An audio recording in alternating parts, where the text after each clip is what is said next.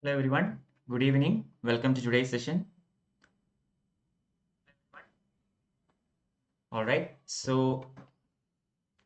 today we are continuing the UPSC CSE series on ancient India. We have already covered about 3 lectures in which we have looked into the prehistoric, the Paleolithic, Mesolithic, and Neolithic ages, and we also covered Chalcolithic as well as Harappan period. Okay, so today we are going to start from the next phase, that is the arrival of Aryans. So we will be studying about the Vedic period, the early Vedic period, and the later Vedic phases. All right, and in the next class we will start with Buddhism and Jainism. So today we are covering the portion of Aryans. So I'm clubbing 2 chapters today, small chapters from your NCERT 11th standard Ancient India old textbook. Okay, so once again, welcome to today's session. Welcome to Madhav Sankar classes. I am Madhav Sankar Warrior. If you have not already subscribed to this channel, please do so and share this with your friends also, so that they can also benefit from these lessons. Okay, so Advent of Aryans and the Age of Rigveda. This is the first chapter that we are going to see, and the second chapter is Later Vedic Age. Okay, so to those who are new here, if you have any queries or questions regarding any of the topics that I'm teaching, you can always put that question in the YouTube live chat session. And if I know the answer, I will immediately get back to you. Otherwise, I will get back to you in the next class. Also, once you post the question in the YouTube live chat, please do wait, because I won't be checking the chat, throughout continuously. I will be doing that only after like 3-4 slides each. Okay, so be patient, post the question, and I will definitely look into it and get back to you. All right, so Advent of Aryans and the Age of Rigveda. So where do we know about Aryans and all, or what are the sources that tells us about Aryans and where did they come from, etc., etc. When we studied about the Indus Valley civilization, one thing was very clear. One of the causes of Indus Valley civilization's decline is said to be the arrival of Aryans. Okay, I mean, it's not conclusive or anything, but some historians actually believe that arrival of Aryans or Aryan invasion is probably one of the causes of decline of Indus Valley. So from that itself, it is very clear that Aryans are not indigenous people of India. They came from somewhere. Okay, they are immigrants. They came from, I don't know where, but somewhere. So there are plenty of theories regarding the origin of Aryans. That is also, you can check it out later. But I'm sticking with this particular textbook. I'm not going into too much depth. So plenty of theories are there regarding where the Aryans originated. Some people say that it is in Central Asia. Some say that it is in Europe. Some people say it is towards Arctic region. Some attribute to the Tibetan region. But anyway, most of the historians believe that Aryans are somewhere in the Central Asian and European region. They came, they originated somewhere in that region. Okay, and the most important sources or the chief sources that tells us about the arrival and immigration of Aryans are Rigveda, Zendavesta, and Homer's Iliad and Odyssey. Okay, Homer's Iliad and Odyssey, Rigveda, and Zendavesta. So Rigveda is a book that is very common to all of us. All the UPSC aspirants know a lot about Rigveda. Okay, Zendavesta, also a very famous, very popular book, especially in the region of Iran. Okay, Central Asia region, Zendavesta is so popular. Then you have Homer's Iliad and Odyssey, which is popular towards further western portion. Okay, say Eastern Europe and that region. So if you look at this, all these 3 books talks about Aryans, okay, or some form of it. So historians believe that Aryans could have immigrated, or they could have come to India or the Indian subcontinent through this route, starting from Europe or starting from the eastern part of Europe through Central Asia and finally into the Indian subcontinent. So these 3 books helps us to track how Aryans came to Indian subcontinent. Rigveda is actually assigned a period of roughly 1500 BC. Okay, this book is said to have written around that time. But later on additions have been made. Okay, Rigveda did not happen altogether. Some part of Rigveda was written as back as 1500 BC. Then some more additions has been made eventually, and the whole text was compiled very later. Okay, as late as 1000 BC. So it's a span of 500 years. The earliest parts of Zendavesta is actually attributed to 1400 BC. So roughly the same period, a gap of 100 years. And Homer's works were considered to be done on 900 to 800 BC. Clear? So from these three books and the time periods in which these books were written, it is very clear that Aryans came to Indian subcontinent not all together but as different waves. Okay, they came to India. They started coming to Indian subcontinent as early as 1500 BC or even before that. But then there could have been a second wave or a third wave. But anyway, through multiple waves, Aryans arrived in India, Indian subcontinent, the northwestern part of Indian subcontinent. All these three books actually suggest a period when copper and bronze were in use. Okay, iron is still not in the picture. Harappans also did not know about iron. Copper and bronze were the key metals at this point of time. Clear? I mean, one of the reasons why copper became so important for Hindus, for religious ceremonies, is also the same thing. Because copper was the first metal used by man. And this period, when Aryans came and, they, all these rituals and all these things began, copper and bronze were the prominent metals. But Homer's work actually talks about iron as well. Okay, but Homer's work came very late. Okay, about 600 years after Rig Veda, Homer's work were produced. So by that time, iron was also very popular or prevalent.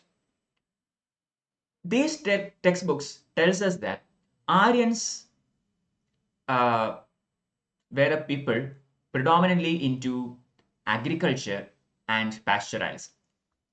More dominantly pastoralists.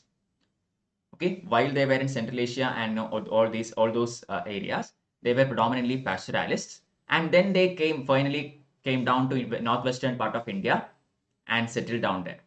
But during the earlier period of their immigration, they were still predominantly pastoralists. But eventually, as time went on, and by the time of later Vedic age, they became prominent agriculturists. They settled down and became very much a stable society.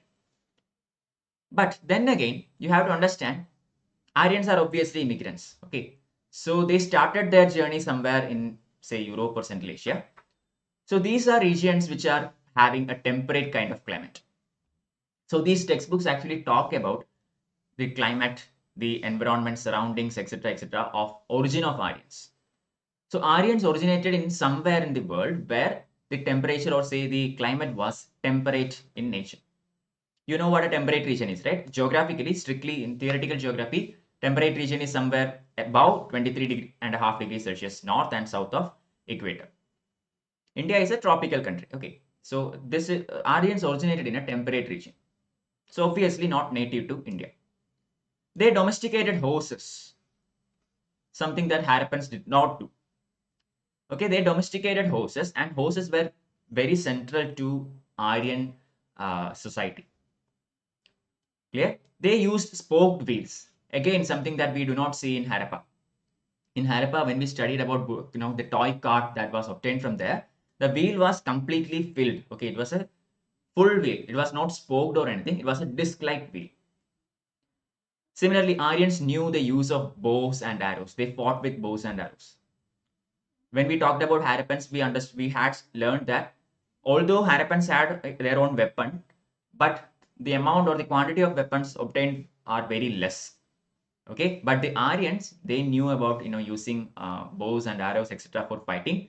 So as far as their warfare skills are concerned, they were pretty much more dominant than Indus Valley people. I mean, obviously, otherwise they could not have defeated or percolated into the Indus Valley system. Okay, if that argument is true. Anyway, historians believe that Aryans were a male-dominated society. Okay, these are individual points, so please try to by heart all these things. Try to remember all these things. Aryans were a male-dominated society. So the modern-day patriarchal system has started way back then. Okay, it began like a long time ago. So it was a very male-dominated society. They buried their dead, but also practiced cremation. Some of their dead were actually buried. So both practices were done by Aryan people. Okay, sometimes they did burial, sometimes they actually cremated. Okay, cremation means what? Putting into the fire and burning it. Clear? Cults of fire and Soma. Soma and fire, Agni, are two prominent gods at that time. We will talk about that eventually. But these two cults were also very much prominent. Animal sacrifice was very prominent, including horse sacrifice.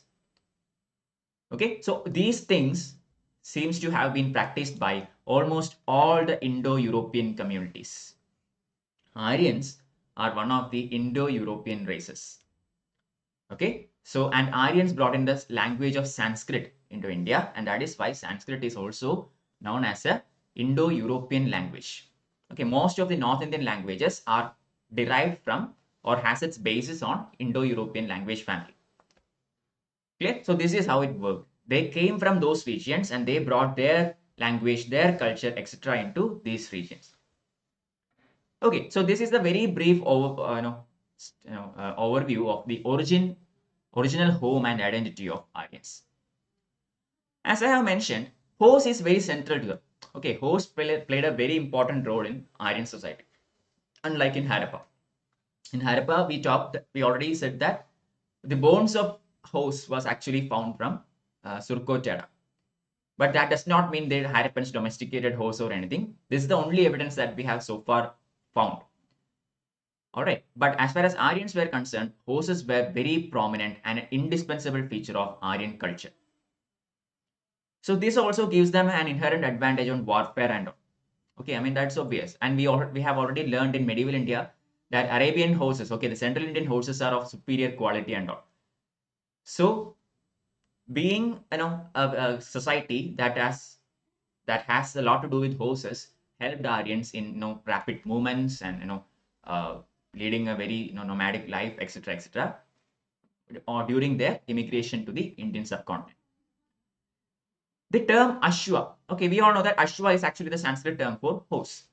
This term Ashwa can be seen in Rig Veda and in other similar textbooks at that time. Okay, we can find this word in Rig Veda, in Avestan language, Greek, Latin, and other Indo-European languages also.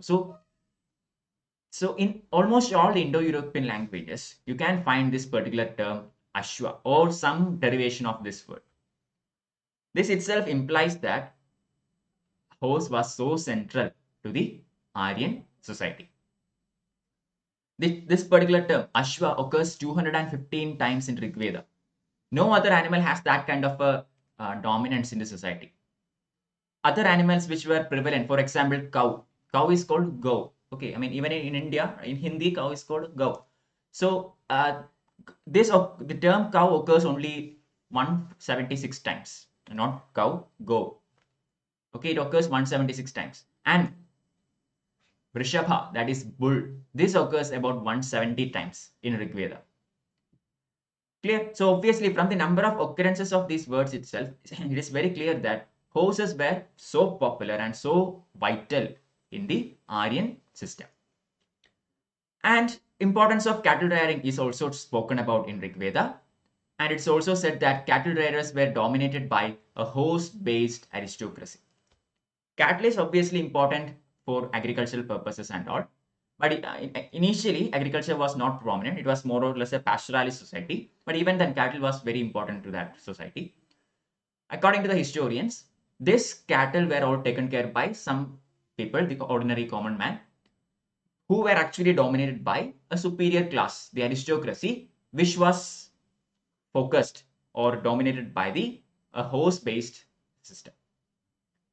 So cattle were the domesticated animals as far as the common man were concerned, and horses were the domesticated animals as far as the aristocracy or the upper classes are concerned. Now again, other animals, tiger, rhinoceros, etc. Just think about it, okay? Just think about it.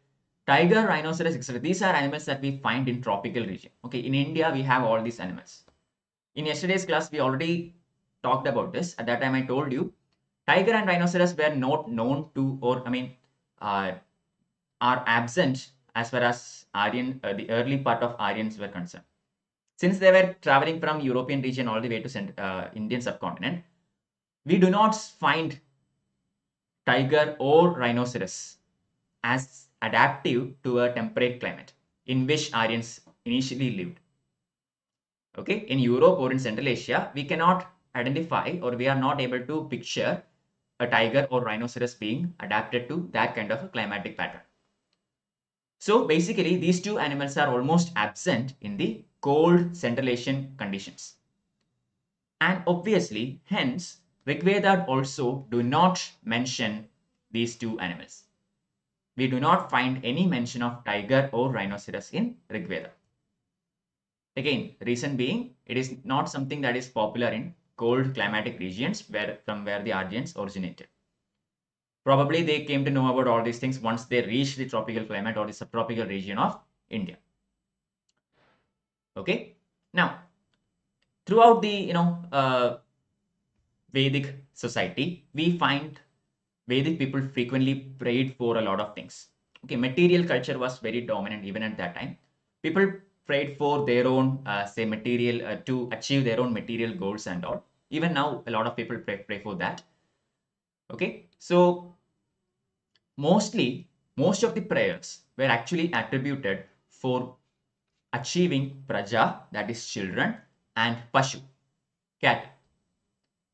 Okay, so we find lots and lots of prayers and hymns, say in Rig Veda, which are attributed for achieving children and cattle.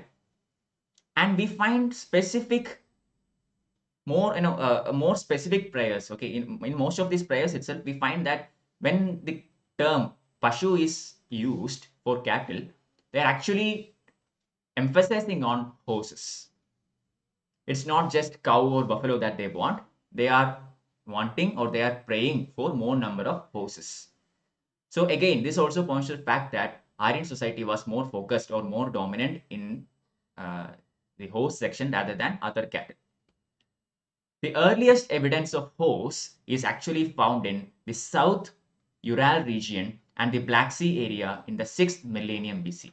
This is a common knowledge, not so much important for UPSC, but understand that oldest specimen of horse, earliest specimen that we have so far unearthed is actually from South Ural region and the Black Sea area in the 6th millennium BC.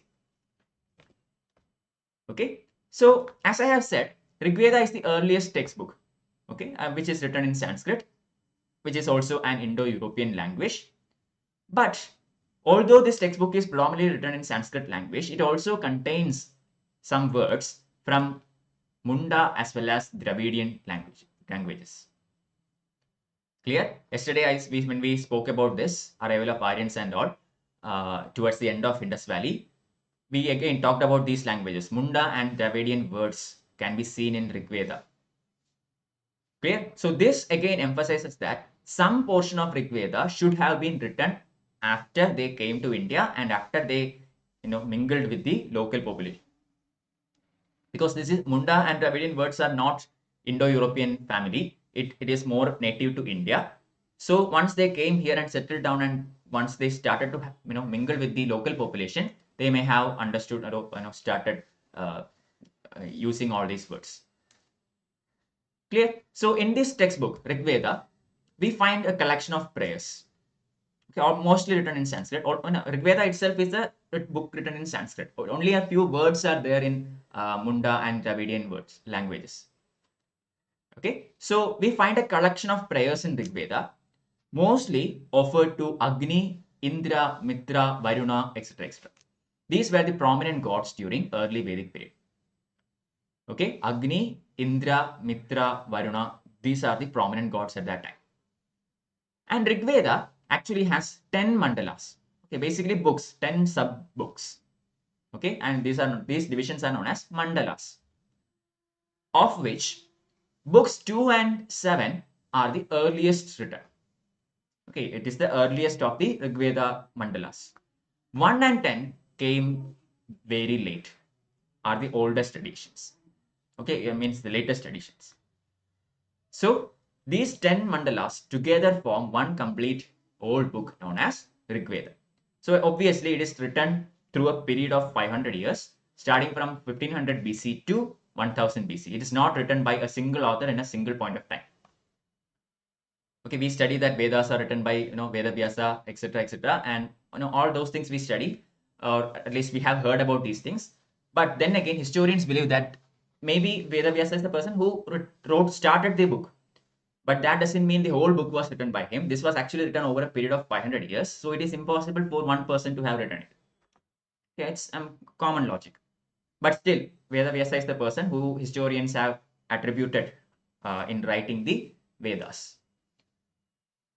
Okay, and this particular textbook, as I have already mentioned, has a lot in common with Avesta, Zend-Avesta. Okay, and we find several terms which are used for gods and even for social classes being exactly similar to that is used in Avesta. All right, so we find these similar terms throughout the migratory path of Aryans. And Aryans migrated to India in different ways. I have mentioned this before. They came to India in several waves. It's not a single point of incursion. And the earliest wave, according to the Rigvedic people, are actually happened in 1500 BC. That is when Rigveda, the writing of Rigveda was started. Clear? So the earliest wave of Aryans came to India somewhere in 1500 BC. I'm not exactly sure, but this is the rough year that historians believe that Aryans arrived in. And when they came to India, Indian subcontinent, okay, not India, the political India, the Indian subcontinent, they obviously came into contact with the native people here. Okay, we have the descendants of Harappan civilization and the Chalcolithic period going on in India. So they came into contact with the local population, the indigenous population of India, who are called as Dasas and Dasyus. So obviously, when a foreign race comes in contact with a native race, there will obviously be some kind of friction. Okay, just think about any point in history. European powers came to India in the modern-ish, and we know what happened. In medieval India also, several Central Asian dynasties came to India. We know what happened. Everything ended in wars. Okay, there is no completely peaceful settlement in any of these cases. And here is another example in which that intermingling led to a conflict. So we have evidences of conflict between the indigenous people of India at that time, that is the Dasas and Dasyus, and the immigrants or the Aryans. Dasyus in Rigveda represent the original inhabitants of India. Okay, Dasyus are referred to as the original inhabitants of India according to Rigveda. And the Aryan chief who overpowered Dasyus is known as Trasadasyu. Okay, Trasadasyu is the Aryan chief who completely overpowered the Dasyus, and thereby Aryans emerging as the victorious clan. The Aryan chief was soft towards Dasas, but they were very hostile towards Dasyus. Okay, from Rigveda we can understand this one also. Out of Dasas and Dasyus, Aryans were okay. They were comparatively soft towards Dasas, but they were very hostile towards Dasyus. Clear? Don't confuse it the other way. It is as such. Dasyus are the native Indian people, original inhabitants of India. Some people say that Dasas were actually one of the earlier immigrants into India. Okay, not the original native people, but they came before Aryans came to India, or one of the earlier Aryan immigrations into India. So maybe that is why they were comparatively softer towards Dasas. Okay, not exactly sure, but this is one theory that is put forth. Anyway, Dasyus probably worshipped the phallus and also did not husband cattle for dairy products. Okay, so Dasyus, the original inhabitants of India, they already had phallus worship and all, which started even during the time of Harappan civilization, Indus Valley civilization. We talked about this yesterday. So they worshipped phallus, and they also did not husband cattle for dairy products. Cattle were initially used for meat alone. All right, that these animals, cow, buffalo, etc., they were actually used for meat only in the initial stages. Only very after some period of time that the milk products were started to be used by inhabitants of the subcontinent. Okay, now let's look into the tribal conflicts that happened in this period when Aryans came to India and came into contact with the local people. So we already established that there was some friction and conflict between the Aryans and the Dasas and Dasyus. That we already said. Now let's look a bit more deep into this particular conflict that eventually leads to the rise of a very important clan known as the Kuru clan. Okay, the entire Mahabharata actually revolves around the Kuru clan. Kuru clan and its wars that happened in the very famous battleground of India known as Kurukshetra. That is the central topic of Mahabharata. So the emergence of this clan and etc. will be covered in this particular slide. Okay, any questions? Good evening, Satya. Good evening, Vasant Lakshmi. Good evening, Tamal Selvan. In Harappan civilization, nature of society was not clear about matriarchal or patriarchal society, but here in Rigvedic period, we find patriarchal is that. Yes, society was pretty much patriarchal in Aryan society. That's true. Okay, Aryan society was patriarchal society. We will talk about some traces of matrilineal, say, practices, but it was a male-dominated society. And as time went on, the position of women further deteriorated, and eventually, the condition of women became very bad, and it continued throughout till the modern India. All right. In the earlier phases and all, we will talk about Sabha, Samiti, Vidada, and similar assemblies during the early Vedic times. At that time, we will see that women were allowed to participate in some of these assemblies and all. So initially, there was some kind of equality. Okay, some kind of egalitarianism was there. But even then, the head of the family was a man, a male. Clear? I will talk about it in the coming slides. At that time, you will understand it. And as far as Harappan were concerned, we already established the fact yesterday. We have evidences of a worship, mother goddess worship. So women had some kind of that position in their society. Mother goddess, the idol, the crude figure made of terracotta of mother goddess is an example of that. At the same time, we have the Pashupati seal also. So we are not exactly sure about how the society was oriented. But by the time of Aryans, by the early Vedic phase, there was some kind of egalitarianism. But as time went on, it became even more and more patriarchal, and condition of women kept on deteriorating. Tribal conflicts. So already we spoke yesterday about the weapons in Indus Valley civilization. Okay, we said that Indus Valley people, although had their own weapons, it's not too much. Okay, it's not abundant or anything. They only have a few. So we are not exactly sure about what kind of weapons were used by the adversaries of this Indo-Aryan tribe. But as far as Aryans were concerned, in Rig Veda, whenever a battle is picturized, one particular god is given a lot of prominence. That is Indra. Indra is referred to as Purandara also. Okay, Purandara means what? Destroyer of dwellings. That is, Purandara, or say destroyer of forts or whatever. So basically, Indra is considered as a very, one of the strongest gods in this time. And he is worshipped before battles and all. And among all the Rigvedic gods, Indra was the most prominent one. He is known as Purandara, the destroyer. Okay, so obviously he is worshipped as a god, the most prominent god in this time. Indo-Aryans actually succeeded in almost everywhere in their battles because of various reasons. One of the most important ones being the use of chariots drawn by horses. They had a very good variety of horse with them, and they also used chariots a lot in their battlegrounds. And these chariots were drawn by horses. Just think about the picture in Bhagavad Gita. Okay, Arjuna and Krishna, the Parthasarathi picture in Bhagavad Gita. And you will see that the chariot of Arjuna is actually drawn by horses. It's not bulls or cows which draws it. It's drawn by horses. So Arjuna, again, the Pandava, Kaurava, and another Kuru clan and all.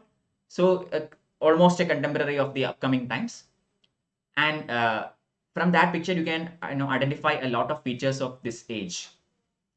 Okay, so use of chariots helped Aryans a lot in their battles in those times. But you have to understand that as time went on, people began to understand it is more useful or more efficient to use the horse as a cavalry unit rather than a unit in the chariot. So eventually, chariots will disappear and horses will be individually used as a cavalry. Okay, and Indo-Aryan succeeded everywhere because they had chariots drawn by horses and introduced them for the first time in West Asia and India. They were also equipped with coats of mail and better arms. So they had a better protective gearing as well as superior weapons. All these things helped Aryans in their conquest of Indian subcontinent and throughout all their wars. there were plenty of battles that Aryans fought. It's not that Aryans came to India and fought with the Indians or native Indians. They also fought among themselves. Okay, there are plenty of clans within them, sub-clans within them, and there were plenty of battles among them also. So in all these battles, we come across, chariots, coats of mail known as Varman, and better arms, etc., etc. Okay, so in general, Aryans were divided into 5 tribes.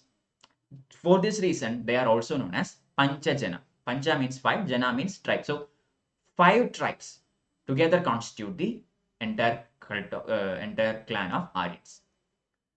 Among them, Bharatas and the Tritsu, these were the 2 ruling classes of Aryans. And they were supported by a clan priest named as Vasishta. I think all of you have heard about Vasishta. If you have looked into Ramayana and our epics and all, you will have obviously heard about the sage Vasishta. So Vasishta was the priest of these clans. Okay, Bharatas and Tritsu. So obviously, I have mentioned this in the first lecture. The country of India was known as Bharatavarsha, or at least the northern portion of Indian subcontinent was known as Bharatavarsha, because it was the Bharata clan which dominated in the said region. And this is actually for the first time mentioned in the Vedic textbook. Okay, in the Vedic textbook, we have a mention of Bharata and the tribe of Bharata, and eventually the northern Indian portion came to be known as Bharatavarsha. Bharata ruling clan was opposed by a host of 10 chiefs. So this was the strongest among them. But obviously he had his rivalries and opponents. And there is a very famous war that happened in history where Bharata was actually this clan. Okay, by Bharata I mean this clan, not a single person. The Bharata clan was opposed by a confederation of 10 kings, 5 of whom were Aryans and 5 of them were non-Aryan kings. And this battle in history is known as the Battle of 10 Kings, or in Sanskrit as the Dasharaja Yuddha. Battle of 10 Kings is the battle between Bharata clan on one hand and 10 kings united in the opposition. 5 of them Aryans and 5 of them non-Aryans. And this very famous historic battle was fought on the banks of the river Parushni, which is identified as the modern day Ravi. Very important for your prelims. Dasharaja Yuddha was fought in the banks of which of the following rivers? Answer is Parushni, or modern day name is Ravi. Now let's check the material type of Aryans. So I have already established the fact that they knew about the use of horses, they used chariots, etc., etc. So because of the success that they achieved from all these battles, due to their inherent advantages using horses, chariots, superior weapons, bronze, etc., etc., they also introduced the spoked wheel, which also was beneficial.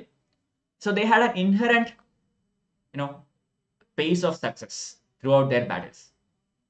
They also obtained very cheap copper from the Khetri mines in Rajasthan. Okay, once they settled in the northwestern region of India, they had these Khetri copper mines in Rajasthan, so they obtained copper from there. They brought tin from Afghanistan or some other areas, and together they were able to produce a lot of bronze. They obviously knew superior agriculture. Okay, why? Because plowshare is actually mentioned in the earlier part of Rig Veda. In the earliest part of Rig Veda itself, we can see this term for plowshare. So from that, we can understand that Rigvedic people or the Aryans had a very good knowledge about agriculture. But possibly, iron is still out of picture. Okay, iron has not yet become prominent. So probably the plows were made up of wood. Okay, probably made of wood, but it is all right. Why? Because once Aryans came and settled in northwestern India, they eventually percolated into the Ganga Valley and into that region. The thing is, the soil in the upper Gangetic basin, okay, where the amount of rainfall is comparatively less, the soil is also easy to dig.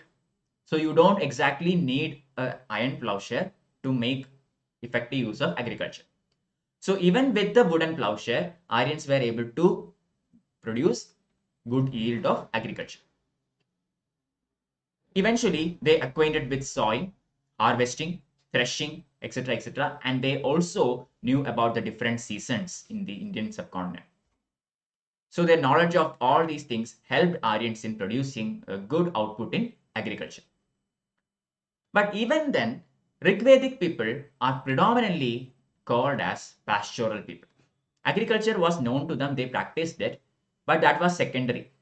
Okay, at this point of time, it is only secondary. Rigvedic people are predominantly pastoralists in nature. Most of their wars were fought over cows, and hence these battles were known as Gavishti. Okay, in those times, a person, the head of a family, or a chief in a village, is known as Gopala. Okay, why? Again, you can see the subterm here, go. Go means cow. Similarly, here in the battle, the battle is termed as Gavishti. Here also you can see the subterm Gav. So from this you can understand the importance of cow and importance of cattle at that point of time. Okay, again, at this point of time, the dairy products were not so popular. They were still used for meat and all, but still a person's wealth was assessed based on the number of cattle that he had. That is why battles happened for possession of cows. Land was not a prominent thing at this point of time. Gold, land, all these things came up eventually. Cattle was the main identifier of wealth. That is why battle for cows were known as Gavishti. Okay, but again, some other common, say, jobs or practices, that activities that happened during this time includes artisans who were engaged in carpentry, chariot making, weaving, leatherworking, pottery, etc., etc. Rigveda also mentions a very important term called IS. IS is basically used for copper or probably bronze, but historians believe that IS is predominantly used for the metal copper. So the use of this term in early part of the Rigvedic textbook also implies that they knew about metallurgy with copper. All right, and obviously, hence, extrapolating from this fact, they also knew about bronze. Clear. So Aryans, predominantly pastoralists, secondary activity being agriculture, and doing all this carpentry, chariot making, and all. So essentially, from all these things, we can understand that Aryans did not live in cities and possibly lived in some kind of a fortified mud settlement. They are more of a rural folk, not exactly an urban kind of settlement as that of Indus Valley, but more or less, they lived in fortified mud settlements. They were also familiar with caves in the mountains and all. Okay, not exactly a town people. And the pre-iron phase of PGW, which coincided with the Rigvedic phase. So this entire phase can be, we already called it as the Rigvedic age, but it also can be called in terms of pottery. Okay, I have already mentioned this point in the previous classes. In ancient India, especially in these very earlier times, we can actually associate one kind of pottery with a particular age. Okay, for example, we found ochre colored pottery in Chalcolithic period. Similarly, here, this period is marked by a particular kind of pottery. This is the PGW, painted grey ware. Okay, that is a full form of PGW, painted grey ware. So this pottery is very much characteristic of this period, this pre-iron phase. This pre-iron phase of PGW actually coincides with the Rigvedic phase. And we have recently, not exactly recently, but we have unearthed several evidences of this in a place called Bhagavanpura. And one of the interesting findings in Bhagavanpura is actually a 13-roomed mud house. So it has 13 rooms, so it should be used by somebody of prominent value. Okay, it should be someone like a village chief or something. So anyway, we have found this evidence from Bhagavanpura. So Rigvedic times is basically the pre-iron phase of painted grey ware. Now, tribe and family. So, as far as the social structure is concerned, kinship was the basis of it. Okay, we do not have an established system of society or established system of administration or anything at this point of time. Kinship was the basis of social structure, and a man was identified by the clan to which he belonged. Clear? We do not have the Varna system or anything at this point of time. We do not have a Brahmana or a Kshatriya or anything at this point of time. A person is identified based on the clan to which he belonged. So the people's primary loyalty was towards this clan. Obviously, you don't have a Raja kind of position or anything. So the loyalty was towards the clan. Okay, towards this tribe. And this tribe is known by the Sanskrit term Jana. Okay, Jana is the term used for describing the term tribe. But it is very interesting to see that although the term Jana is mentioned in Rig Veda, there is no mention of Janapada or territory even once. Clear? So the term Jana, which means tribe, is very much used in this Rig Veda. But we do not even see that Janapada, the term used for territory. It is not even used once. Why? What would be the reason?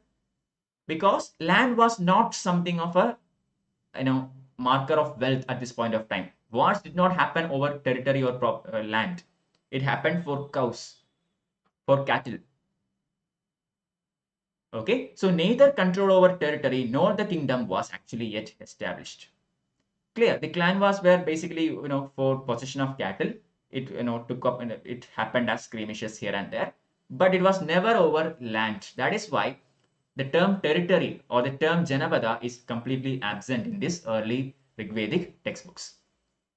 Another term that is found is Vis, V-I-S. Vis is basically a division, okay, a geographical unit of the entire tribe, Vis, which is actually subdivided into gramas, which is this comparatively smaller units organized for fight. And the term used for war is Sangrama. Sangrama means war. Okay, Vis means the entire, we call the entire tribe is known as Jana. Then we have Vis, another division, and then finally the smaller division, that is Grama. Okay, and for family, family is the smallest unit. So for family, the term that is mentioned is Kula. But even then, this term is very rarely mentioned. In early Vedic phase, family is actually denoted using another term, Griha. Okay, Griha is a Sanskrit term that is used for identifying house. Okay, Griha means house. We all know that. But in early Vedic period, Griha actually represented, or it was used to denote family. Okay, the actual term should be Kula, but we find the term Kula very rarely. Instead, we find the term Griha much more used for denoting family. And the family was a large joint family and obviously patriarchal. Clear? It was a patriarchal system. It was not a matrilineal society or anything. Patriarchy was the thing. The eldest male in the family was the head of family. And we, from the Rigvedic prayers and everything, I already told you that they used to pray for praja and pashu. Okay, that is children and cattle. But rather than praying for children, we can find many specific areas where this prayer actually is for achieving male children. Birth of a son was repeatedly desired. All right, why? Because they were male children, or the males were considered as more fit for battle. Clear? We have people prayed to gods for brave sons to fight wars. So most of these battles, in almost all these battles, it was conducted between male members of the clan. So the more male members you have in a clan, the better chance of winning the battle. That is why everybody wanted more number of males at this particular point of time. Okay, but that does not mean women were completely oppressed. It is a patriarchal society, yes, but it doesn't mean that woman was completely oppressed and she had no rights. In the early Vedic period, women could attend certain assemblies and offer sacrifices along with their husbands. That was possible. They could attend some of the ceremonies, sacrifices and assemblies. Institution of marriage was established by this point of time. But even then, some symbols of primitive practices survived. For example, we have evidences of polyandry. What is polyandry? Polyandry means one wife having multiple husbands. For example, the Pandavas. There are five, people: Yudhishthira, Bhima, Arjuna, Nakula, and Sahadeva, and we have Panchali. So this is polyandry. For another example is Marut, the Marut brothers and Rodashi. Okay, so we have such examples in at this point of time, which suggests certain practices such as polyandry. Eventually, we will see that polyandry takes a backseat, and by the time we reach later Vedic phase, and maybe even in the medieval Indian period and all, we talk a lot about polygamy, not polyandry. Okay, and now polygamy is also banned by law, except in certain sections which have some exceptions. Practice of levirate and widow remarriage was actually prevalent. Okay, what is levirate? Levirate means if the if a woman's husband dies, then that woman should marry the husband's brother. Okay, that is levirate. So the practice of levirate was prevalent. Widow remarriage was also allowed. Okay, that is very interesting thing. Widow remarriage was allowed back then, but later on it got the backstage, and we know what happened. Okay, I mean, we know what the works were done by Ishwar Chandra Vidyasagar in modern India for facilitating widow remarriage. But anyway, in the Rigvedic phase, widow remarriage is known. Okay, was practiced. We do not come across any examples of child marriage. Clear? So back then, like we are talking about a long time ago, like 3000 years back. Back then, in the society, we had many such progressive realities. Clear? Widow remarriage, no child marriage, all these are something that we aspire for. But after some point of time, due to some reasons, a lot of social evils came into the Indian society, and it took a lot of time and effort by many personalities to weed off these dark practices. Okay, even now we occasionally hear about child marriage, etc., etc. We hear about the conditions of a widow woman, which is very bad and all.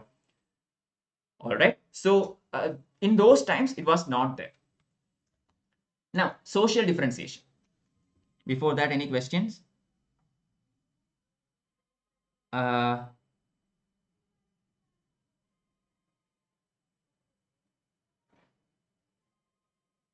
600 BC again. Is my volume okay? I thought my volume was all right. I did not change any settings. Is there any issue? I hope it's all right. Anyway, we can call Rigvedic period as tribal society, but Indus Valley society was not urban, and 600 BC onwards we again find a settled social chronology is like urban, tribal, and settled society. Yeah, I mean that is the thing. Okay, yesterday towards the end of the Indus Valley civilization, I had mentioned a particular statement which says that after the decline of Indus Valley civilization, we do not come across such a flourishing civilized society for a period of say 600 years. India lagged. There was a gap of civilization in India at that time. Indus Valley civilization occurred, and then the social progress or the development actually went down. Okay, we do not come across such a high level of society or high achieving society for a period of 600 to 1000 years in India. Okay, the next thing that after the first urbanization phase was over, then the second urbanization happens after a very long time. It took a long period of time for that to happen. So chronologically also, I mean, we can't exactly place it chronologically because Aryans were not Indians. They came to India, then they settled down. So Indus Valley people, they were native to Indians, so they developed, flourished, and then they declined. Aryans, from somewhere else, they came to India. They, started to slowly settle. Initially, they were nomads, then pastoralists, then they became agriculturists. They settled down, etc., etc. So during the early phases, they were pastoralists, and then agriculturists. So not exactly a town folk. So the society was pretty much tribal in nature, and then say to some extent rural also. And then again urbanism came to the forefront. But that happened after some time. There was quite a gap between the first urbanization and the second urbanization in Indian history. Okay, so social differentiation. Indo-Aryan language speakers were fair and indigenous inhabitants were dark in complexion. All right. So the Indo-Aryan language speakers who came from temperate climatic regions were fair in complexion due to the climatic factors and all these things. And indigenous people in India were comparatively darker in complexion. All right. Then, so obviously there is a color difference between the skin. Okay, I mean we can't exactly call it racism or anything, but still there was this color difference between the natives and the people who came from uh, Central Asia or European region. So historians believe that although an exactly racism may not have been there, still color may have been one of the identifiers of social orders. Clear? So those who had a lighter colored skin were basically obviously Aryans. So they had a better social status compared to the indigenous people who had a comparatively darker complexion, who were dasas and dasyus and all. Clear? So this could have been the basic or basis of divisions in this society. So dasas and dasyus who were conquered by Aryans were treated as slaves and shudras. So from here we start to see some kind of division. So in Indus Valley period, we do not come across such hierarchies or anything. I mean, we obviously have evidences of some kind of an administrative structure which may have been existed at that time. So there could have been differences based on, say, wealth and all. But even then, we do not find social discrimination as such. Okay, based on color and all, we do not come across any kind of discriminations at that point of time. But here now, we come across some issues. We come across some differences distinctions based on color. Clear? So when they came to India and they conducted various battles among them and against dasas and dasyus and all, obviously the winner always took a lot of booty, lot of money, and they plundered whatever. So those who won, okay, they amassed a lot of wealth at the cost of the loser. And among the winners, the influential sections, for example, the priests and the chiefs, these influential sections, they got a larger share of the booty. So now clearly there is a segregation and hierarchy on wealth. There is clear difference or inequality as far as wealth is concerned. And this is actually the beginning of the social inequalities within the tribe. Clear? So here we start seeing initially small divisions, inequalities, etc., which eventually becomes very big, which gives rise to the Varna system and the Jati system eventually, and finally the mess we are in right now. Clear? So the society was actually divided into 3 occupational groups. Okay, earlier at that time, in the early Vedic phase, society was actually divided into 3 popular groups. One, the warriors, then the priests and the common man. Okay, we do not have the exactly 4-fold Varna system now. We have a 3-fold system. We have a warrior, we have a priest, and the common man. This 4th division, which is known as the Shudras, appears towards the end of Rigvedic period. Okay, in the 4-fold division, we have one more division known as Shudras. But the word Shudra is for the first time seen in the later areas of the Rigveda, which means it came later only. At the earlier Rigvedic phase, it is not seen. This particular division is not seen. All right. Now, term Shudra is mentioned for the first time in Rigveda in the 10th book. This is for prelims. 10th mandala of Rigveda for the first time mentions the term Shudra.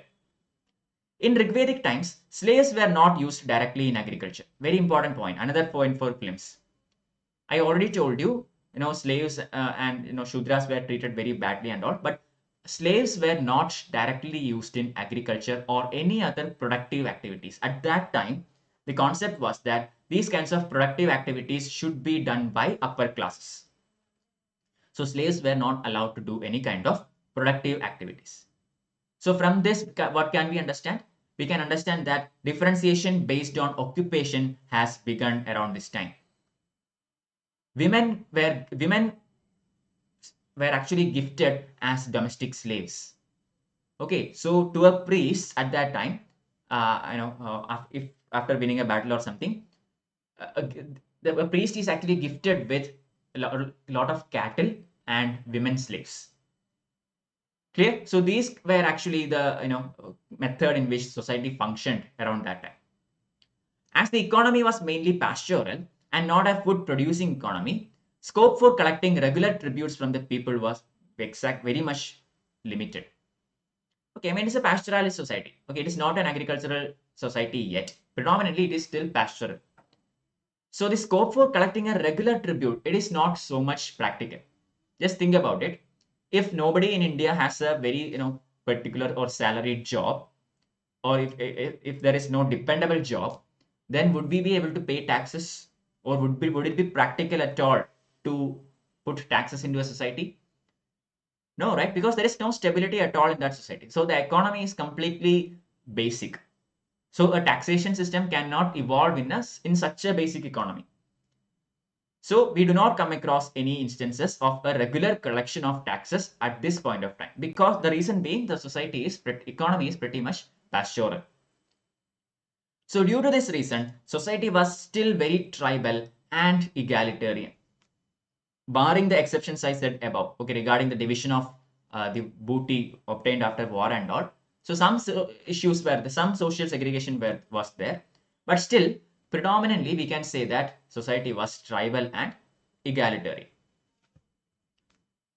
Now regarding Rigvedic gods, okay, after this I will look into your questions once again. Rigvedic gods. So when Aryans came to India, Indian subcontinent, after their long travel, they came, they started to come in contact with, fire, mountains, water bodies, rain, thunder, lightning, all these things. All right. I mean, they would have experienced all that back in their home also. But anyway, because India is in a monsoonal kind of system, climatic system, these features were much more prominent. All right. So the Aryans could not explain all these things. Okay, they did not know how to explain lightning or thunder or rain or any of these things. All right. I mean, science was not something that was studied at that point of time. So what did they do? This lack of knowledge, this ignorance led them to personify these natural forces, and they started to look upon these natural forces as living beings. Clear? So most important of all these divinities mentioned in Rig Veda is the god Indra. Okay, he is actually the rain god, also known by the name Purandara, the destroyer, etc., etc. So Indra was the prominent god. Second position was held by Agni, the fire god. Agni was considered as the intermediator between people and the other gods. Okay, so just think about it. In modern day also, we make sacrifices into a homakund, right? We pour ghee and all these things into the homakund, and the belief is that we put these sacrificial things and all into the Agni, and Agni takes it to gods. So Agni is basically an intermediary between people and God. So the second position went to Agni. Third important position actually was taken by Varuna. Varuna is personified as water, not rain. Okay, rain is Indra. Varuna is water. And Varuna is also supposed to be the upholder of the natural order, or Rita. Okay, Varuna is supposed to uphold the natural order. That means Varuna decides what happens.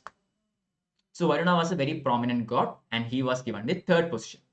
Then there were other gods also. For example, we have Soma, considered as the god of plants, and an intoxicating drink was named after him. Okay, we know about the Somarasam. Okay, an intoxicating drink that was popular at that time. Somarasam. Soma was actually the name of a plant, and considered as the god of plants. Then we have Maruts, personified as the stone. Okay, personification of the stone. Plenty of hymns and prayers were actually devoted to river Saraswati, who was considered as an important goddess. Okay, we pray to rivers and all, right? Even now that practice is still there. Ganga, Yamuna, all these are considered as very sacred rivers and all.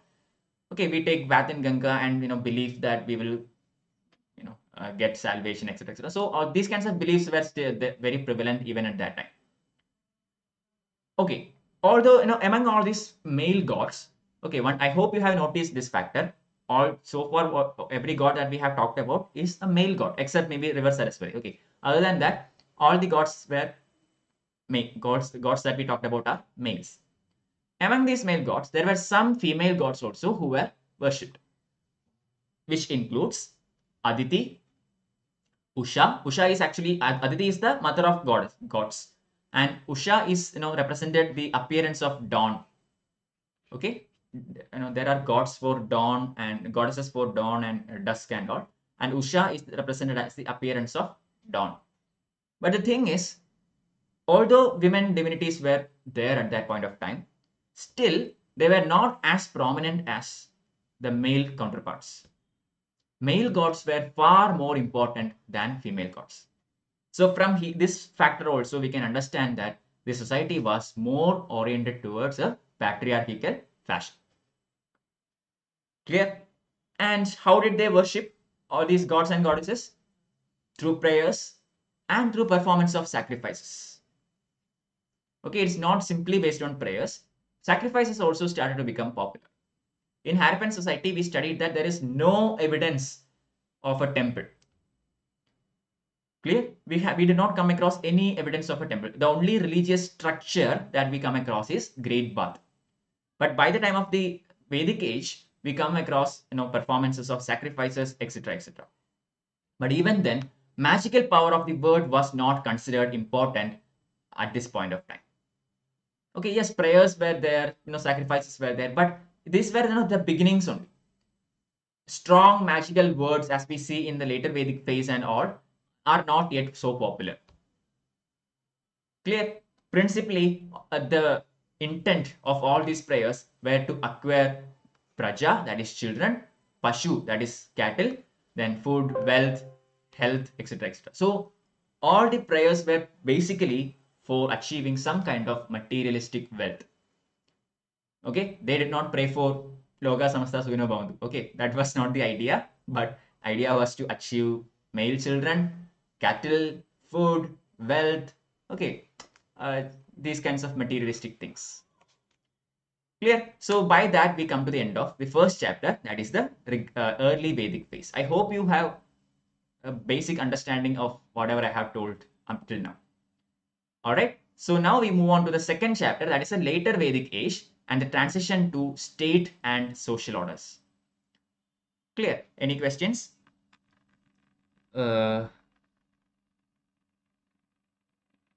Voice is low. Okay, I'm not sure.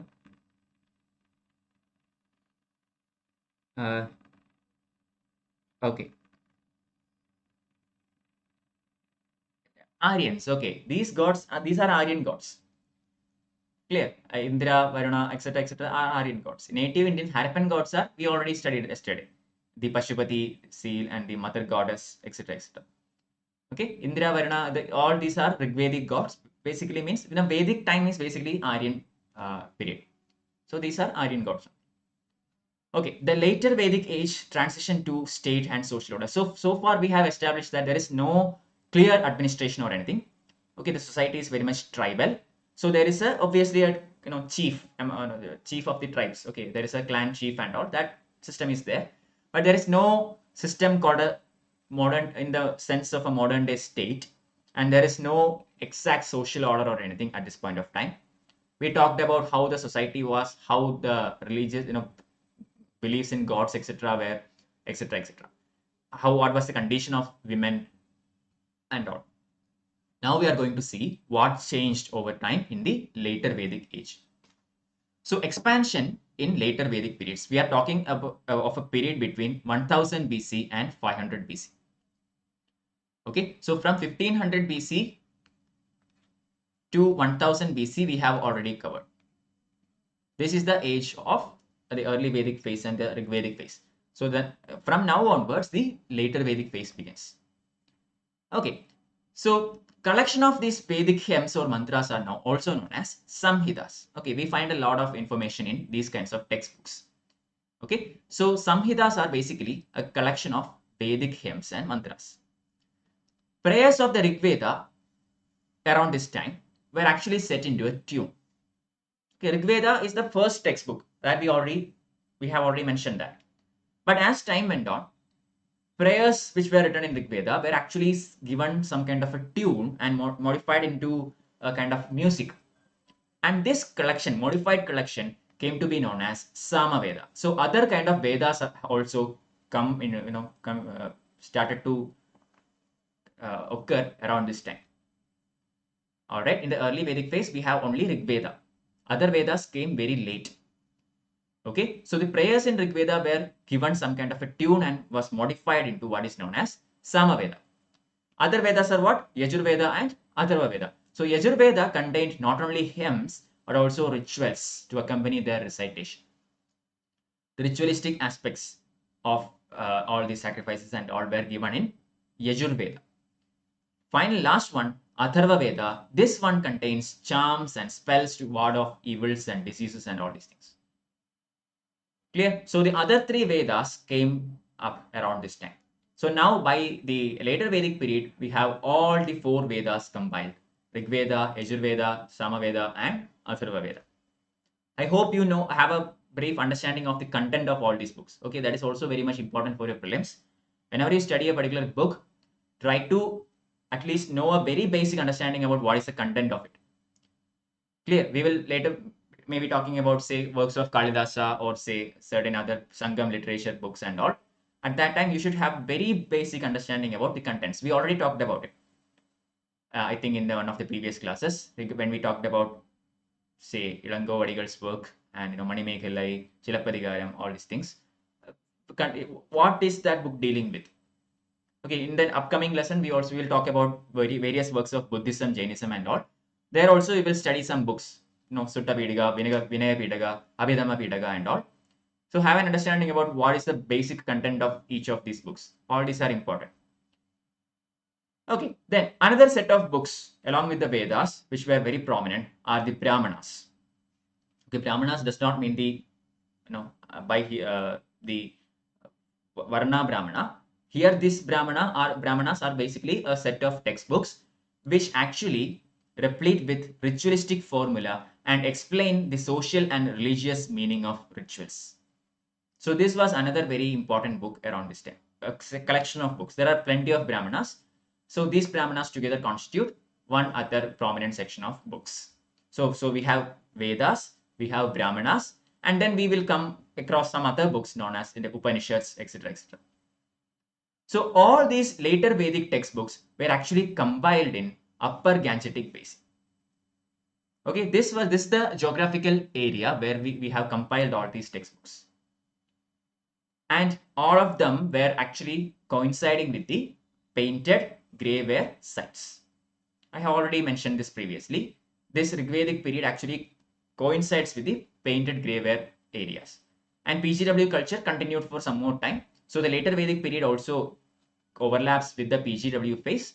And most of these textbooks were compiled in a geographical setting of the Gangetic Basin in the PGW sites. All right. And by this time, by the time of later Vedic age, iron weapons also became very known to all these people.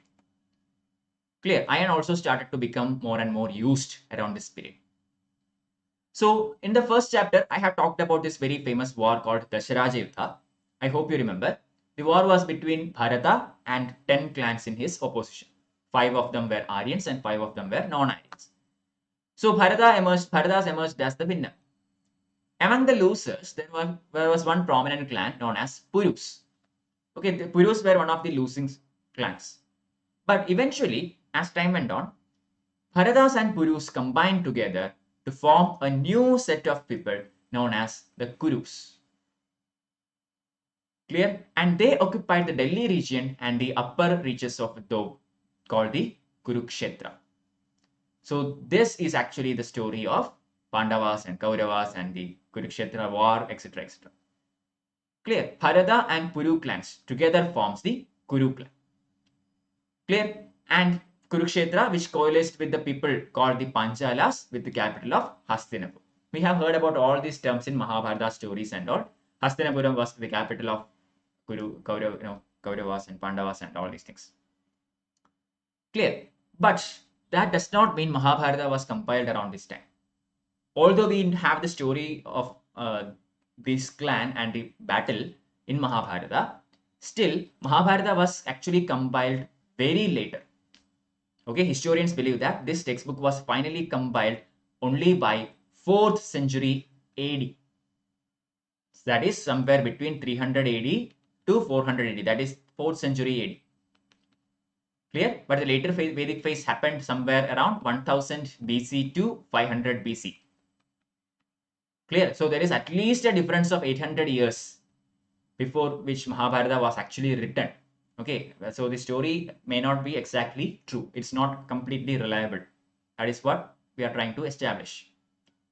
Anyway, in later Vedic times, people hardly knew the use of burnt bricks. Burnt bricks was very prevalent or very much used in Harappan civilization. But in the later Vedic times, people hardly knew the use of burnt bricks. Again, this is what I was talking about earlier. There is a gap of civilization. Okay, after the first urbanization was over, it declined. It did not stay. That is the issue. If Harappan civilization continued for a long time, it would have at least existed, okay, without much development. Okay, at least it could have maintained itself. But that's not what happened. After the major phase, there was a decline, and Harappan civilization vanished. Sorry, Indus Valley civilization vanished from the face of Earth. Okay, and there was no similar civilization, no set of such advanced society there to take their place.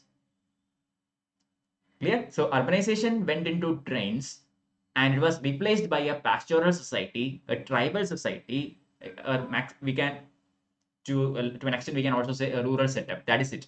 Nothing beyond that. Okay, so they did not use much of burnt bricks. Many Munda words occur in later Vedic textbooks which were compiled in Upper Gangetic base. So this is obvious. Munda word, Munda is actually a native Indian language prevalent at that time.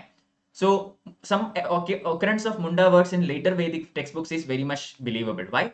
Because once the Aryans came here and they settled here, eventually they also might have have some give and take between the native Indians and themselves. So some of the words were borrowed into the Aryan textbooks and all. So we can find some Munda words in later Vedic textbooks.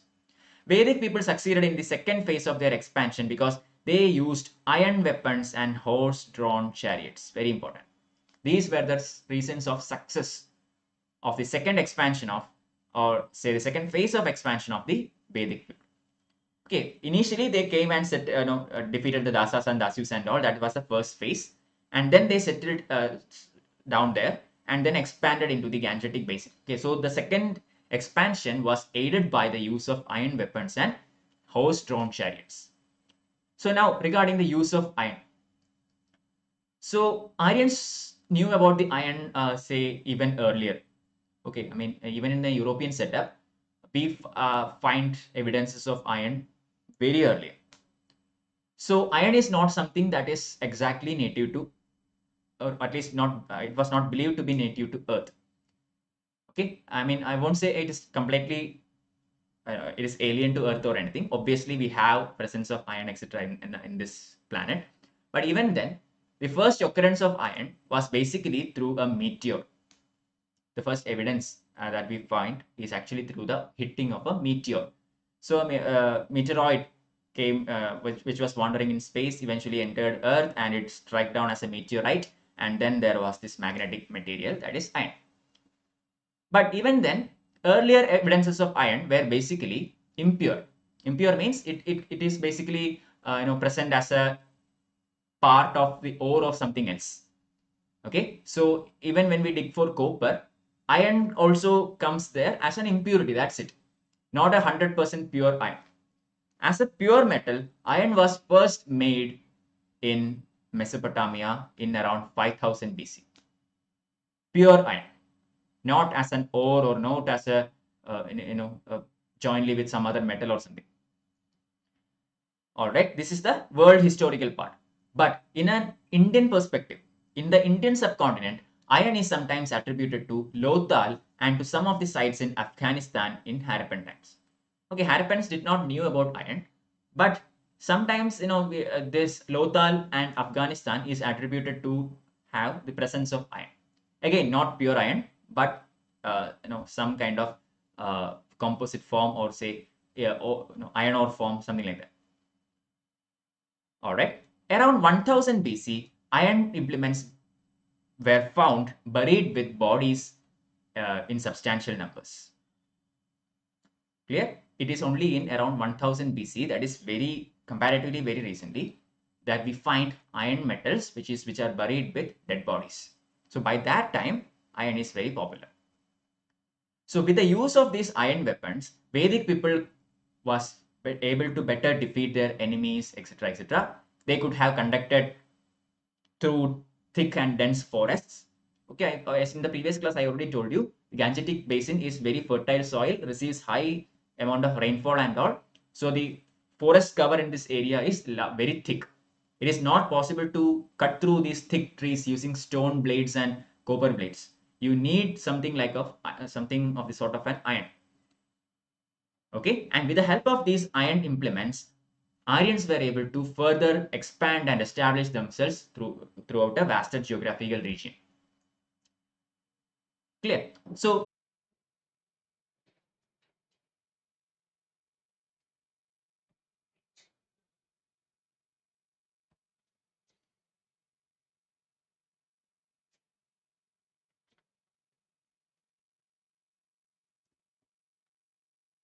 okay, sorry about that. There was some issues with the internet.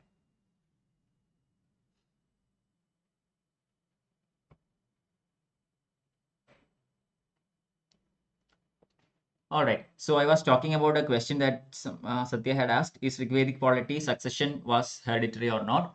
So initially, there was not some. It was not like that. In the early periods and all, the society was tribal.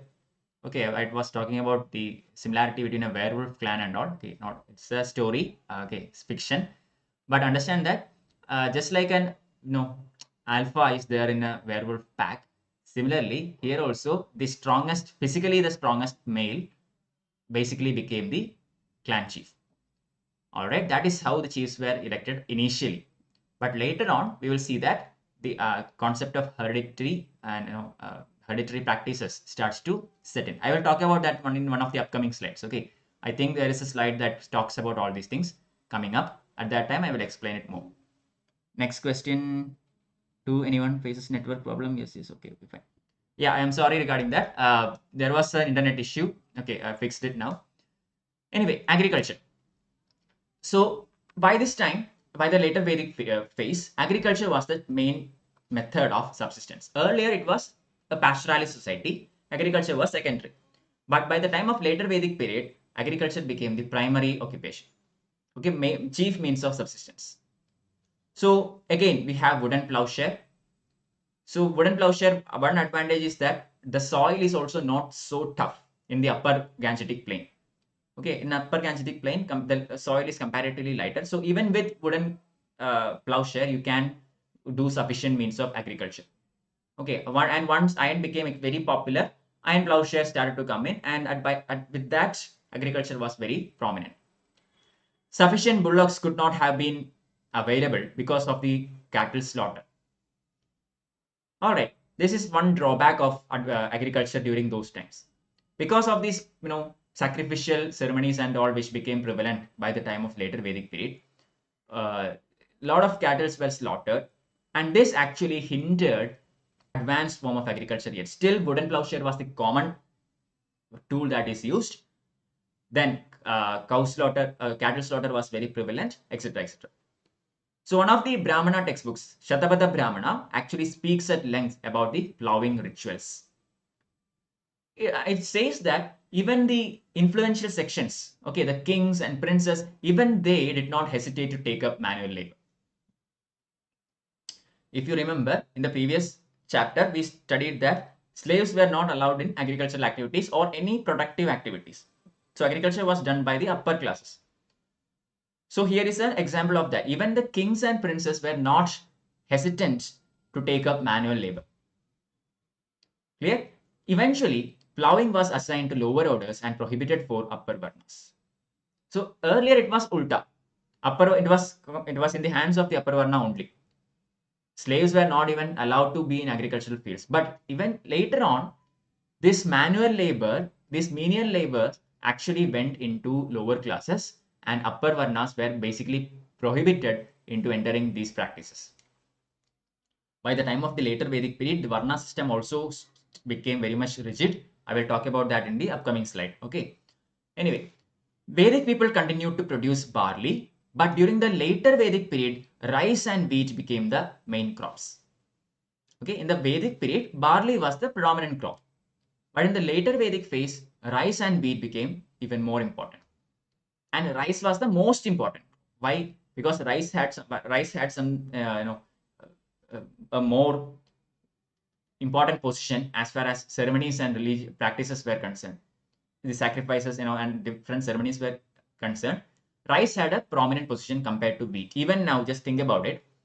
When we do pujas and all, always it is rice. Okay, we don't use much of wheat in all these functions. Because of that fact, rice became more and more popular compared to other cereals and grains. Various kinds of lentils were also produced by the later Vedic people. Now, art and crafts. So there was a rise of diverse arts and crafts. Okay, as time went on, people began to diverse on their occupation, job, etc., etc. So more number of art and crafts came up because of the findings of metallurgy, copper, tin, bronze, iron, etc., etc. Smiths and smelters were very popular at that time. Okay, this was a very chief occupation at that time. We find a numerous number of copper tools. Copper mines of Khetri in Rajasthan were probably the region from where copper was obtained. Copper objects are found in PGW sites and used principally for war and hunting and also for ornaments. Okay, I don't think I have to explain any of these points. We have already covered this in previous chapters. Weaving was confined to women, but practiced on a very wide scale. So these kinds of jobs, which are very much indoors, etc., were given to women. For example, weaving. So weaving was basically confined to women, but was practiced in a very large scale. Other jobs which were continued includes leatherwork, pottery, carpentry, etc., etc. So all these diverse activities started to progress during this time. Later Vedic people were acquainted with 4 types of pottery. Okay, so what are the 4 types of pottery that was dominant in the later Vedic period? Obviously, you have the PGW, painted grey ware. Others include black and red ware, BRW, black and red ware, black slipped ware, BSW, PGW obviously, and finally the red ware. Red ware was the most popular among all the works in later Vedic period. Clear? Red ware was the most popular pottery in the later Vedic period. But all these 4 kinds of pottery were prevalent at that time. Jewelers are also mentioned in later Vedic textbooks. So affordable sections in the society, who are at least the well-off people in the society, were able to buy jewelry and all. So jewelers were also mentioned in later Vedic textbooks. Now comes settlements. So in the previous chapter, I told you we come across the term Jana, but we do not come across the term Janapada in the early Vedic textbooks. But now the term Jana or tribal people is very much common in all the 4 Vedas, but Janapada or the people's settlement is not mentioned there. It first occurs in some later Vedic texts called Brahmanas. So Brahmanas are the textbooks which belongs to this later Vedic period in which the term Janapada first occurs. Janapada basically means people's settlement or territory. Okay, so now the value of the land has become very important. Why? Earlier, cattle were the main source of wealth, but now land also became very important markers of wealth. What could have been the reason? What could be the reason? Think about it. Simple answer: agriculture. If you want to cultivate, you have to have land. If you don't have land, you can't do agriculture. It's as simple as that. And because of this permanent settlement and permanently settling down in a place and starting agriculture, and when agriculture became a primary occupation, land also started to increase in the value. Clear? So when land came into a very important marker of wealth, the term territory also started to have some kind of a meaning. Okay, now that is, if you don't have land, then there is no point in having a word for territory. So Janavada was completely absent earlier. But when the importance of land increased, the idea of territory also started to come up. Then we will study that the idea of territorial sovereignty also started to become important. Clear? So that is how these things develop. Anyway, agriculture and various crafts enabled the later Vedic people to lead a settled life. So people, lived in mud brick houses and all. Okay, initially these were the kinds of houses, very kacha houses were very popular at that time. Although the structures were extremely poor, ovens and cereals recovered from these sites shows that PGW people were farmers who led a settled life.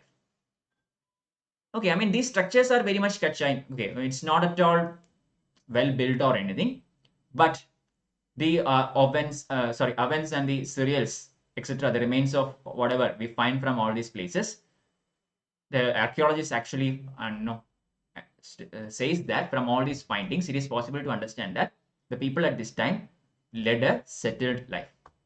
Again, wooden plowshare. This was a drawback. Why? Because using wooden plowshare, there is only so much you can plow.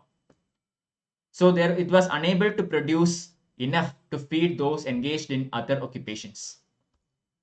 This is one of the reasons why this Aryan times or the later Vedic times did not rise into a period of towns. A civilization or that kind of a progress did not happen during this time due to the lack of a proper agricultural equipments, etc., etc. Because even now agriculture was based chiefly for the purpose of subsistence. Okay, there is no surplus, so no commercialization as of now. Everything is based on subsistence. Clear? So if there is no surplus, then you can't feed other sections of the society. Everyone has to take care of themselves. Clear? If you remember in Harappa, in the outskirts of Harappan cities, in the agricultural lands, there was a group of people who worked on agriculture. And from the surplus they produced, they were able to provide for other town people, etc., etc. They paid, some kind of tax which was collected into the granaries and all, etc., etc. So this was one of the reasons why Harappans developed and became a very important civilization. But here, due to the lack of proper equipments, etc., etc., and all these reasons, due to the lack of proper quantity of production, and because of the manner of production which was focused into subsistence alone, there was no possibility of a substantial development from a rural setup into a town setup. But even then, the term Nagara is used in later Vedic textbooks. Clear? So because of this occurrence of this particular term in the later Vedic textbooks, historians believe that there could have been some faint beginnings of a town life towards the end of Vedic period. Okay, not exactly a town life or anything as that existed in Harappan culture, but towards the late end of the later Vedic phase, there could have been some beginnings of a town life. Vedas also mentions about seas and sea voyages. From this, historians believe that there could have been some kind of commerce and trade overseas. Clear? So in general, compared to the early Vedic phase and Vedic phase, during the time of later Vedic period, there was great advancement in material life of the people. So their jobs became very much diverse. Okay, they had more, fields of work, etc., etc. Clear? More number of crops started to be cultivated. So overall, the material life of people obtained a severe progress. Now comes political organization. So Rigvedic people, Rigvedic tribal assemblies, which existed, in the early phase and the Vedic phase, they started to lose their importance. Okay, I already mentioned briefly about these assemblies at that time, but now I will explain it in a bit more detail. So the Rigvedic tribal assemblies lost their importance as the royal power increased. Okay, don't worry. I will explain this first statement in the using the upcoming statements. So there were three assemblies at that time in the early Vedic phase and Vedic phase. We had the Sabha, Samiti, and Vidada. These were the three assemblies. All right. Among these three assemblies, Vidada completely disappeared. And as far as Sabha and Samiti were concerned, they changed in character. Earlier, in the early Vedic phase and Vedic phase, women were allowed in Sabha and Samiti. Okay, at least in Sabha where they were allowed. But by the time of later Vedic phase, these assemblies were dominated by chiefs and rich nobles, and women were no longer permitted to sit in Sabha. Sabha became too much dominated by warriors and brahmanas that women completely were banned from Sabha. And as I have mentioned, the importance of land as an asset started to increase bit by bit. Agriculture also started to expand, and this led to the formation of large kingdoms. And the formation of such large kingdoms increased the power of the king, the chief. Okay, the king, chief or king, however you want to call him, that person. The power of that chief started to become more and more important around this time. So tribal authority started to become territorial authority. Clear? This is how a tribal society becomes a territorial society, or this is when the idea of an actual state starts to occur. And to prove this, we can find a term called Rashtra. The term Rashtra, which indicates territory, first arose during this period. So from this, we can understand that now we come to a notion of a state, not exactly the modern day state, but still there's a definite change from the initial tribal setup into something much more territorial. And once this happened, once the power of the chief also started to increase, the concept of controlling people also appeared. Until then, it was a tribal society, very much, there was chief, yeah, but other than that, it's a very tribal setup. Okay, people do whatever they want. But now, once it became territorial and all, once the power of the chief increased a lot, the concept of controlling the people also started to become very important. And it was indicated by the term Rajya, which means sovereign power. So it's not just territory, but it is also about sovereignty. Clear? So India in modern day, now India is a sovereign country, which means India has complete control over everything in the territory of India. Okay, so that kind of sovereignty, the idea of sovereignty, all came up during this point of time. Individual considered to have the best physical and other attributes was elected as Raja. This was the main idea. It was always like that.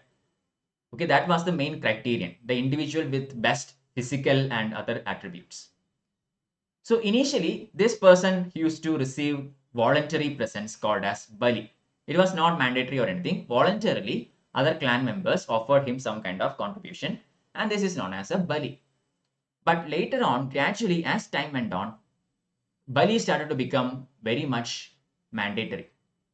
Okay, in the initial phases, Bali was voluntary, but in the later phases, it became mandatory. Forcibly, it was collected. Again, as I have mentioned in the previous slide, the office of the chief and all other important officials were also made hereditary in his own family. The post generally going to the eldest son. This is the beginnings of monarchy. In the monarchy also, you will see that there is a Raja, there is an emperor. From him, the empire goes to the son. Okay, I mean, may not be the eldest son always, but still it goes to the son. So this practice of a dynastic rule starts here. The practice of hereditary system has its basis in this period, in the later Vedic phase. Clear? But again, here also the succession was not always smooth. There was constant battles and all. Wars of succession was there. Clear? And the king, once he attains power, he always obviously tries to expand that power and become even more powerful. And for that, to influence his strength in the territory, he used to conduct various rituals by the term Rajasuya, Ashwamedha, Vajapaya, etc. etc. Okay, these three are the three very famous rituals conducted by kings, very successful kings during those times. Rajasuya, Ashwamedha, and Vajapaya. I hope you know what these are. All these are basically ceremonies, but Rajasuya involves huge grants of horses etc. given to the priest and all, which basically ascertains the supremacy of the king. Similarly, Ashwamedha is based on the horse. Okay, the Ashwamedha horse is allowed to run anywhere it wants, and wherever the horse goes, as long as it is not stopped by anyone, that territory will become the territory of the king. And if that horse is stopped by someone, the king will obviously battle that person, and whoever wins will claim the territory. Clear? So only the most powerful among the kings could do all these things, and all these three sacrifices were very much prominent around this time. Concept of kingship and the supremacy of the king, etc., became very much important. And now, when there is a territorial setup, when there is a concept of sovereignty, when there is this, bali which is forcibly collected, taxes were probably deposited with an officer known as Sangrahitri. Okay, now anyway you are collecting all these taxes now. So now who is the person who is authorized, or who is the person who is is in charge of all this? It is actually the Sangrahitri. He is the person who is responsible for keeping all these collected money, or say collected tax, in whatever form it is. Okay, not exactly money, probably in the form of grains and all, whatever. He is the person in charge. Even in the later Vedic times, the king did not have a standing army. That is another very important point. Even now, even in the later Vedic phase, king do not have a standing army, which means when he goes to war, he has to assemble an army by asking the clan. Okay, the clan chiefs and this smaller chiefs in different areas, they all will contribute an army to the king, and the king will take the army to the battle. There is no central standing army. Clear? Now the social organization. Questions. Election happened both in Rigvedic and later Vedic period. It's not exactly election, but as I have mentioned, it is based on the physical character and the attributes and other such things. Okay, it's not exactly a democratic election as we speak now. Okay, it was always like that. Even in a tribal setup, obviously there is a tribal chief. How is that tribal chief selected? Based on physical strength and all. Okay, so in the later Vedic period also that was almost the same, but only thing is it became hereditary. Earlier it was like whoever has much more of a physical strength and attributes etc. Can challenge the person and claim the position and all. That is how a tribal setup work. But eventually it became hereditary. By the time of later Vedic phase, it was perfectly hereditary. Do we have territorial expansion of Aryans? Territorial, yes. Okay, now there is no point in calling all these people as Aryans, because now basically they are settled down. They came back in 1500 BC, and now we are talking about a very, say, closer period. Okay, we are talking about 1000 years after the arrival of Aryans. So now they are very much Indian. Okay, and they are expanding to all these regions. That is true. Territorial expansion is there thanks to the foundation of iron. Okay, thanks to the discovery and use of iron, etc. Social organization. So, Aryanization promoted social differentiation. Obviously, I already mentioned regarding the distinction that was taking place based on color of the skin. So, Aryanization, which means the continued Aryan influence in the society, it actually promoted social differentiation. It was the Vedic Aryans who introduced the Varna system. Everybody knows that. Okay, I don't have to explain it. There were 4 Varnas: Brahmana, Kshatriya, also known as Rajanya, Vaishya, and Shudra. So this 4-fold Varna system, Chaturvarna system, was established by Aryans. And society continues to become more and more rigid.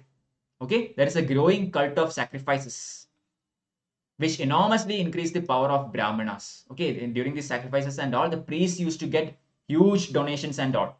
Okay, kings used to give lots and lots of cattle to priests, etc. etc. In the previous slide, I told you Priests were given very handsome donations by the king after Rajasuya, Vajpaya and all. So this growing cult of sacrifices basically took the position of Brahmanas into very high areas. So naturally, when Brahmanas obtain that kind of a social status, they will always come in conflict with the ruling class, that is Rajanyas. Correct?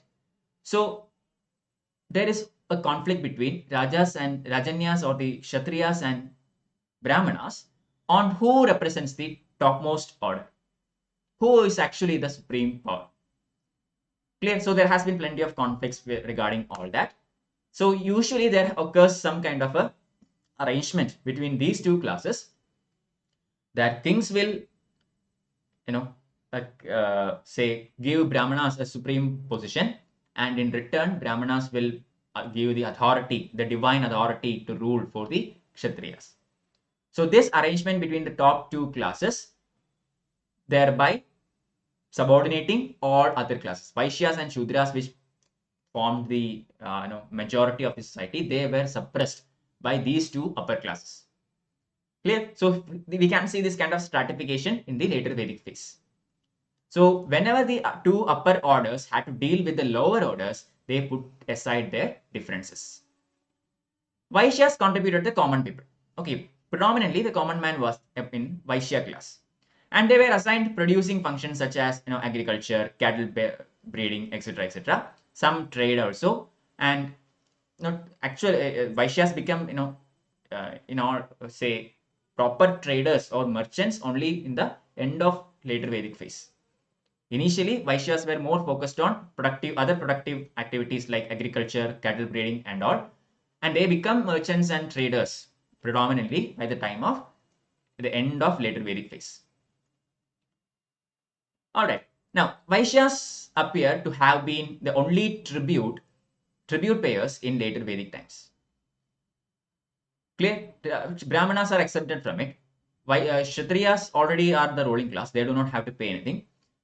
And Vaishyas are the next majority of the population. So they are the dominant class which actually more or less pays the tributes to the upper varnas, to the Kshatriyas. All the three higher varnas were entitled to Upanayana. I think you know what an Upanayana is. It is basically an investiture ceremony. The sacred thread is given to you in this particular ceremony.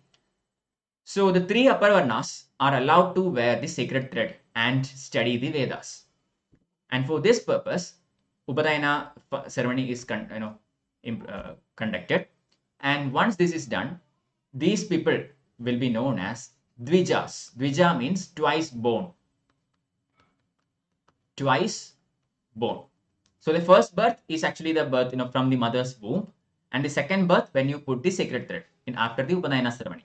So such people are known as Dvijas. Okay, so the upper three varnas, Brahmana, Kshatriya and Vaishya, all three were allowed to wear the sacred thread and study Vedas, so they are all called Dvijas. Shudras were not allowed to do that. So this Upanayana function basically marks the beginning of Vedic education.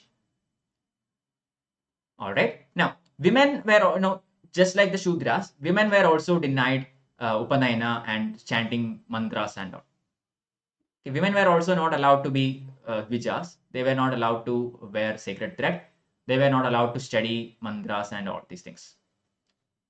Alright, from this we can understand that the imposition of disabilities on Shudras and women began towards the end of Vedic period. So earlier itself, some sort of discrimination might have been there. The family might be headed by a male, all that is there, but still women were allowed to participate in sabha and such assemblies. By the time of later Vedic period, women were completely banned from sabha. Okay, they are not allowed to study Vedas, they are not allowed to put the sacred thread. Clear? So women were equated with Shudras, and they were given, both of them were both these categories were completely discriminated against. And from now onwards, for a very long time in Indian history, these categories have to suffer through all these disabilities. Clear? So this is the context. So when we talk about women empowerment, also when we talk about, say, reservation for SC, ST and all, This is where it begins. Okay, so from the end of later Vedic age, which is like 500 BC, to say today, that is like 2020. So for about 2500 years in history, women and say these Sudra sections, which eventually became called as untouchables or say Dalits or whatever, all these sections had to face all this discrimination and all these subordinate positions, etc., etc. So 2500 years of say uh, considering of a lower position is what is causing such strong movements among all these categories, and that is the reason why we are trying to implement reservations for women, for etc., etc., to correct for all these things. Okay, and it will not happen overnight. Okay, this is how you connect history with modern India. This is how you connect history with polity and all these things. It doesn't happen overnight. Even now, when we talk about the women bill that is been in the parliament for a very long time, which basically gives 1/3 representation of the parliament to women, it is still not passed.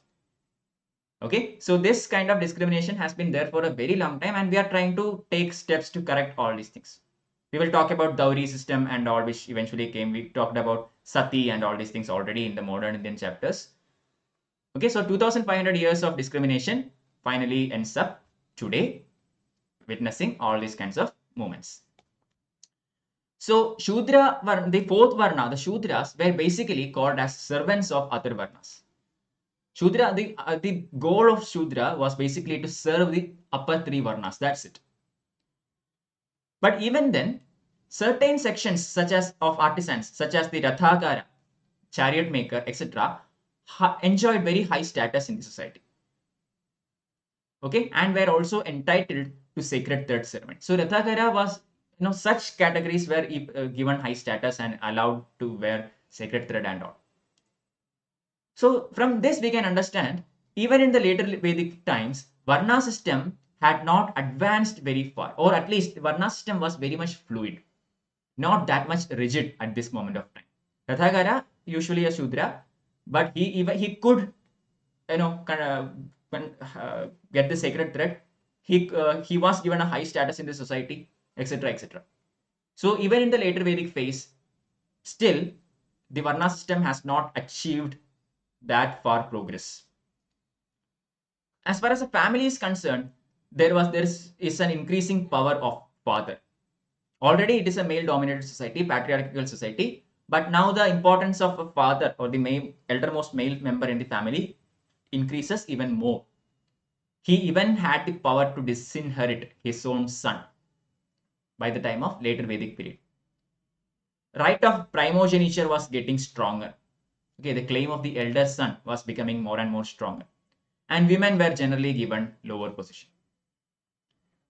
Okay, so the male dominance continues to increase, and the deterioration of women's position continues to happen. Institution of Gotra appeared in the later Vedic times. So what is a Gotra? So basically, it literally means the cow pen or the place where cattle belong to the entire clan is kept. That is the literal meaning of the term Gotra. Wherever the cattle of that entire clan is kept. The cow pen is known as Gotra.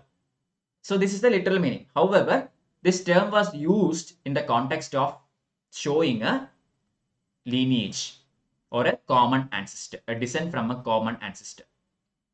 So this system of Gotra started in the later Vedic phase, and people began to practice Gotra exogamy. So what is Gotra exogamy? It means that a person from one Gotra cannot marry from his or her own Gotra. Okay, marriage can happen only with somebody from other Gotra. Intra-Gotra marriages are not allowed. Okay, inter-Gotra marriages are allowed. Clear? Now, as far as ashramas are concerned, they are not very well established in the Vedic times, but in the post-Vedic textbooks, these are mentioned. What are the four ashramas? Brahmacharya, Grihasthasrama, Vanaprastha, and Sannyasa. So, Brahmacharya basically means a student. Grihasthasrama means householder. Vanaprastha means hermit. Hermit means, basically the person will abandon the family and all, and he will go into the forest. That is vanaprastha. And finally, the sannyasa. Sannyasa means complete essence, ascetic life.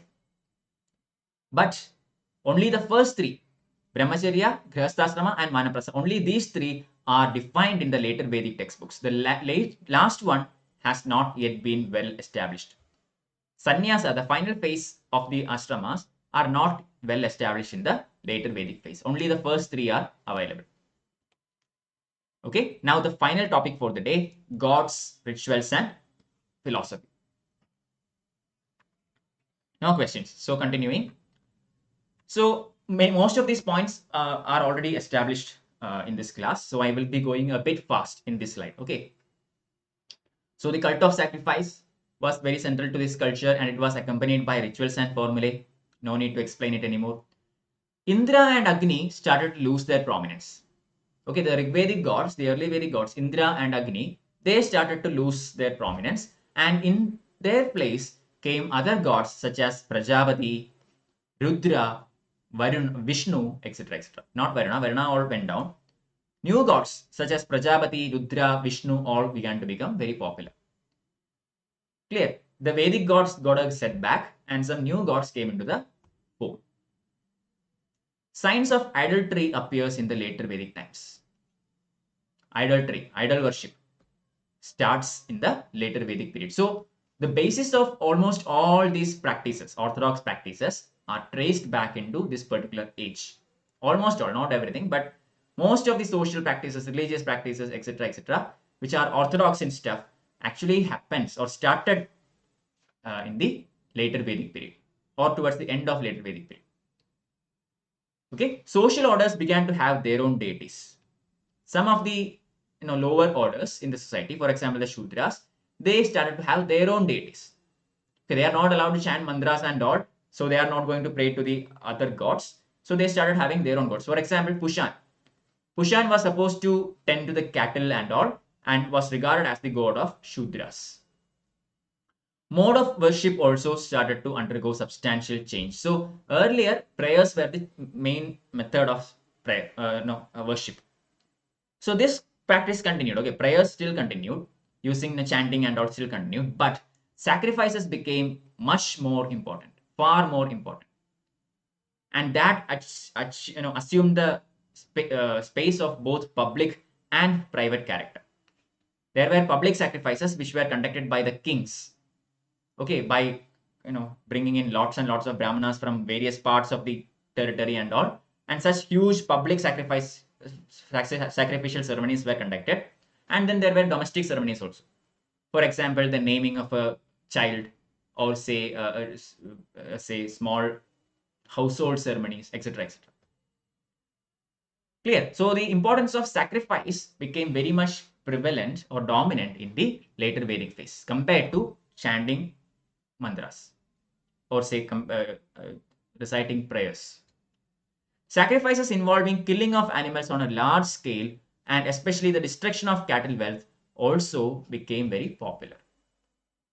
Clear? So the Brahmanical system is becoming very, very much rigid.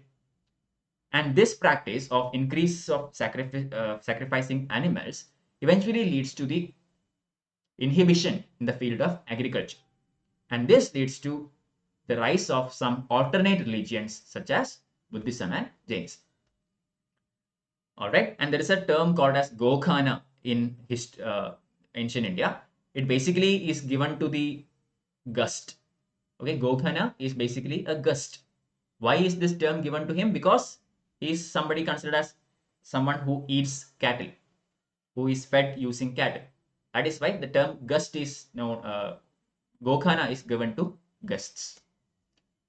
In addition to cows, which were the predominant sacrificial animals, gold, cloth, and horses were also donated. Okay, cows were the main animal in sacrifice, but other gifts such as gold, cloth, horses, etc. were also prevalent. Sometimes priests also claimed portions of territory as dakshina. Okay, you might have heard of all these things. After huge yagas and yajnas and all, the chief priest used to get a lot of dakshinas from the conductor, or maybe the king or the people or whatever. So priests started to become very much powerful, and sometimes they even claimed portions of the territory as dakshina. But grant of land as sacrificial fee is not established in later Vedic period.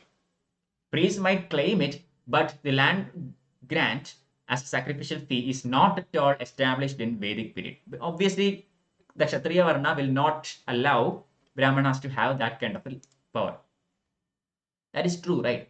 You can't give away huge territories of land to Brahmanas and still keep your top position. So land grant starts very late once the monarchy is very much set up. Okay, at this point of time, such kind of large land grants as donations to Brahmanas are not visible. But towards the end of Vedic period, a strong reaction arose against the priestly domination, against these cults and against these rituals. We will talk about this when we study about Buddhism and Jainism. Because of all these rigid practices, which were always supporting the upper two varnas, Brahmanas and Kshatriyas, the common man, the Vaishyas and the oppressed classes, the Shudras, all became very much irritated by all these things, and a strong reaction starts against all these practices. And it is during this time when Upanishads were compiled. Okay, so far the textbooks that we have talked about, the Vedas, the Brahmanas, etc., etc., these textbooks speaks about rituals, ceremonies, sacrifices, all these things. But Upanishads are different. They are not religious textbooks, they are philosophical textbooks. They criticized rituals and laid stress on the value of right belief and knowledge. Okay, these are textbooks that was born out of the reaction against the Brahmanical system, and this laid stress on the value of right belief and right knowledge rather than on rituals and these kinds of other kind of things. They talked about Atman and Brahman, the spiritual beings and all these things. Clear? So these were basically reactionary books. Later Vedic period saw the beginnings of territorial kingdoms known as Janapadas. Already established this point. And under the Kshatriya rulers, it happened.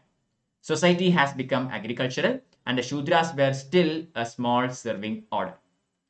Despite the support of Brahmanas, the Kshatriyas could not establish a mature state system. This is still very much there. Even in the later Vedic period, there is no evidence of a proper state, a mature state. There is some kind of territorial sovereignty and there is this idea of Janapada, but still a proper state as in the modern sense has not yet been established in the later Vedic phase. Why? Because even now, a state cannot be set up. Why? Because without its regular taxation system and standing army, there is no state. If you want to have a proper sovereign state, you need to have a standing army. That is very vital to protect the territorial sovereignty. And for you don't have one right now. So there is no point of talking about a state. 2, regular taxation. Again, not yet possible in a strict sense. Okay, society has just become agricultural in nature, but even then it's not a surplus producing economy as such. So a proper mandatory taxation is still not prevalent. It is there. Bali has become very much mandatory and all, but still taxation is not anywhere in the modern perspective of it.